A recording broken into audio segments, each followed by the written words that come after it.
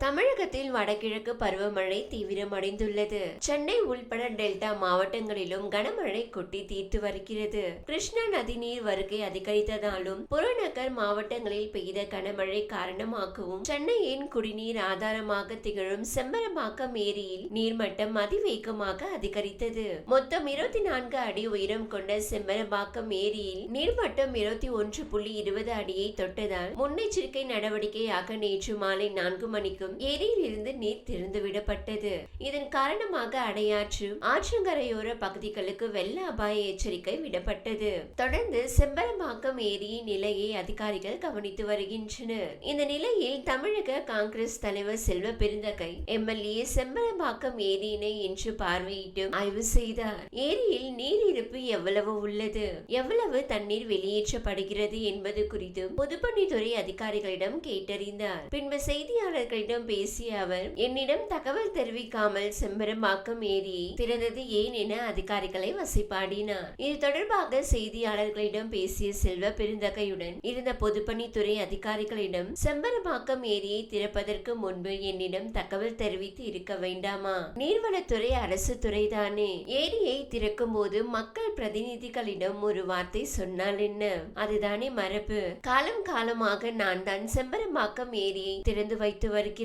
கடந்த ஆண்டும் என்னிடம் சொல்லாமல் ஏரியை திறந்து வைத்தீர்கள். தப்பு கிடையாது, திறந்து வைங்க.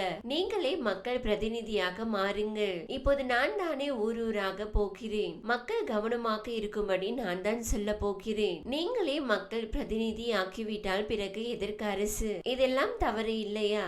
அதிகாரிகளை அரசை நடத்தலாமா? உங்க துறை யார் கட்டுப்பாட்டில் இருக்கிறது என்றே தெரியவில்லை என்று கடிந்து கொண்டார். இந்த துறையில் ஒரு வெறி பிடிச்ச ஆள் இருக்கிறார் என்றும் செல்வ பெருந்தகை கூறியது பெரும் பரபரப்பை ஏற்படுத்தியிருந்தது.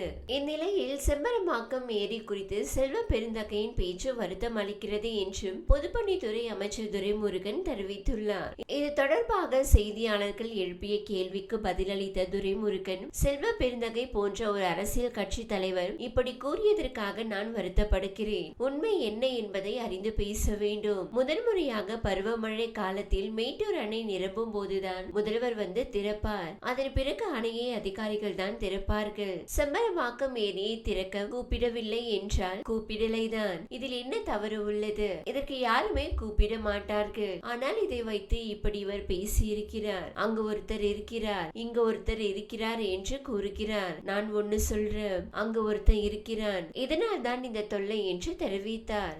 இந்த வீடியோ உங்களுக்கு பிடித்திருந்தால் லைக் செய்யுங்க. மேலும் இதுபோல் வீடியோ தொடர்ந்து பார்க்க நம்ம ஊர் சேனலை சப்ஸ்கிரைப் மற்றும் ஃபாலோ செய்யுங்க.